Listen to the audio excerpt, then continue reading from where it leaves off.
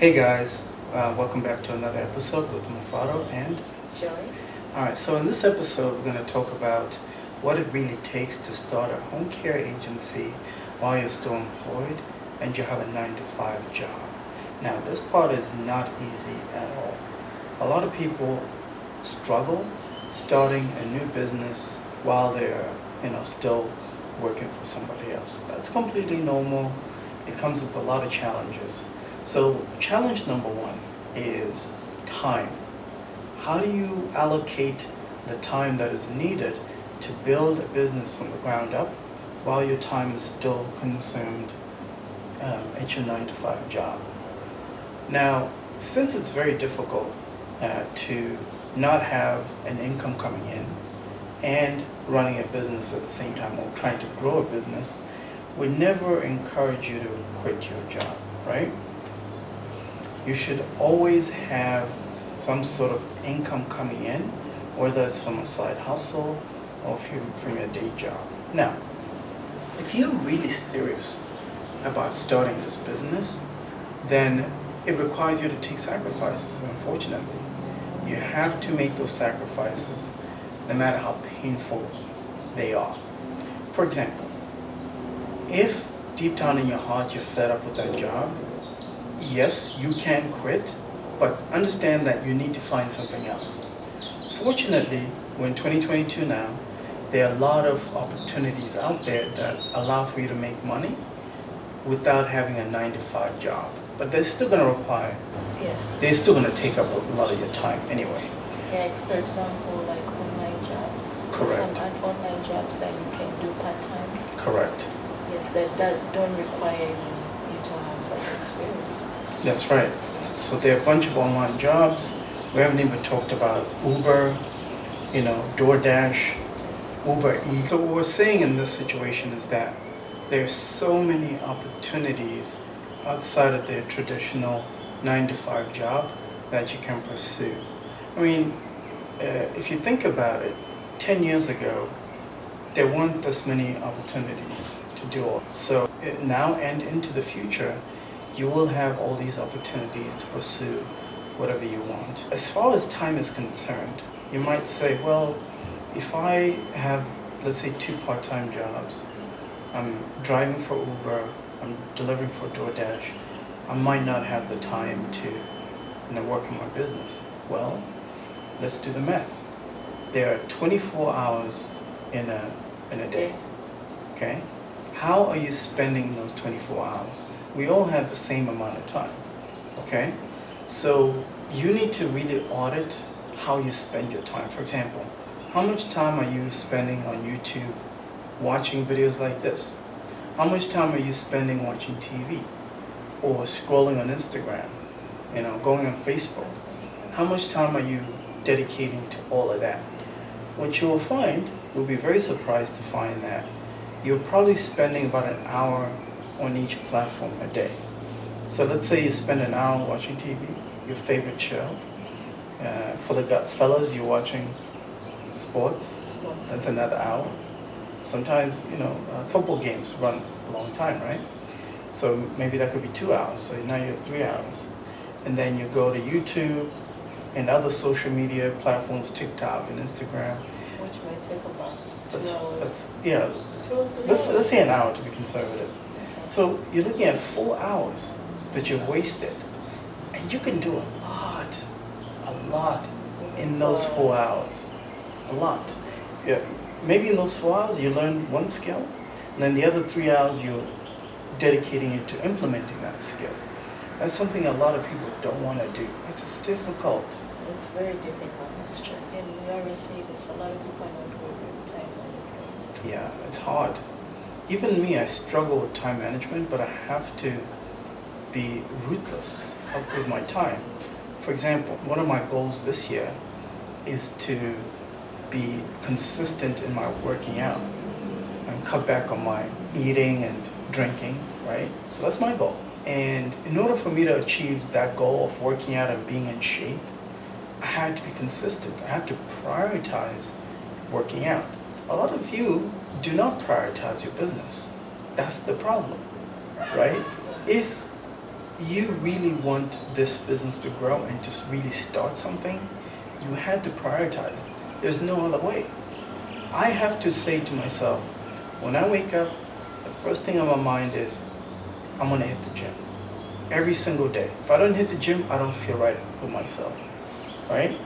And that further motivates you To do the same. to do the same, to go to the gym, because you watch me being consistent But with it. it's interesting because there are times when when I'm the one who's going to the gym every day. I don't know what happens, but you like on the relaxed side. Yeah, it's Yeah. like we take We turns. take turns, yeah. Because it does take that long for you to be motivated. Decide to be like, okay, maybe this week I'm gonna work out for 2 days, Yeah. 3 days, and then you relax. It becomes so hard to go back. It's very difficult. Yeah.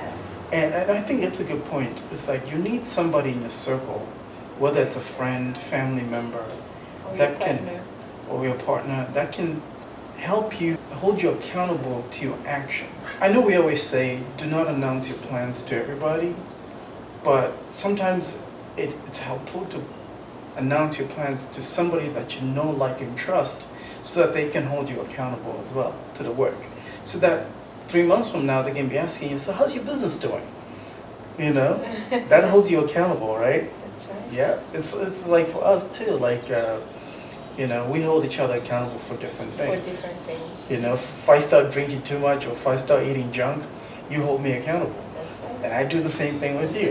Thank you. So it goes hand in hand. It helps, you know. Absolutely. So I think the moral of the story is this. Do not quit your day job if you like it in order to start this business, because you're going to run out of money, right? Because Yeah. it might take you, for some, conservatively speaking here, it might take you 3 years until your business becomes profitable, right? So you need those 3 years of generating income in order for you to pay your bills and to pay your rent, and so that you don't start making bad decisions. The root of most bad decisions come from lack of money.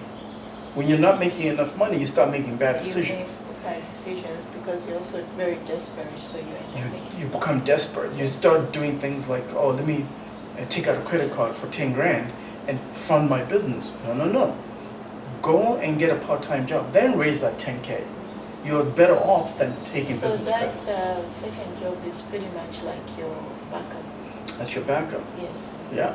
And for those who are single, even better. Like if you're single, you live alone, cut back your expenses, make more money, and then fund your business. It's way easier for you to start this business if you're single than if you are But you know the thing is. married or have kids. Yes, sorry about that. There also, it goes back to a lot of people are not good with financial responsibilities, and it goes back to priorities. Most people's priorities are a bit off, Mhm. and most people don't understand the power of investing when it comes to business. Yeah. That's where a lot of people are not good at it. Yeah. You find that they don't want to spend much in investing in a business, but they would rather use that money for something else that is not really gonna help them Help them much. Yeah. much or help them grow. So I think that's where a lot of people fall off. Yeah, that is so true. A lot of people are sitting on their tax returns. Tax season is over, they're sitting on their tax money, and the first thing they're thinking about is upgrading their car. But their car, it works. It's just not as pretty as their friend's car, so they want to upgrade their car to please other people. You're right. Like people don't prioritize certain things, so they prioritize their vanity, which is wrong. So we always say this, right? If you don't have the money, you're better off investing time, because time and money are. Time is money. Yeah, time is money. Those two go hand in hand. So if you don't have the money, focus on creating the time, and anybody can spare 2-3 hours a day. Yes. I know I can. Yes. Doesn't matter how busy you are, how many jobs you have, you can spare just 2 hours a day to dedicate to your business, and builds up a compounding effect. 2 hours a day for a week, that's 14 hours. That's a lot. plenty. Yeah. That's a lot, you know? And then what? That's 60 hours a month. That's plenty of time. You know what I'm saying? So anyway, bottom line is don't quit your job. And if you do want to quit your job because it sucks, go look for a part-time job. There are plenty out there. And then work on building your savings. And do not take any business credit, in my opinion, or any personal credit to fund this business. It's just not worth it, in my opinion. And you can get to the goal eventually, albeit slower, but you will get there. All right. Now, if you're interested in starting and growing this business of a non-medical home care agency, I suggest you check out the links below this video, and you can preview our course that talks about how to start, how to grow it, how to hire, how to do your marketing, all the good stuff. Check out the links below, and we also have the option for you to schedule time to talk to us and ask us any questions you might have about the agency, about how to start an agency. All right, see you in the next video. See ya.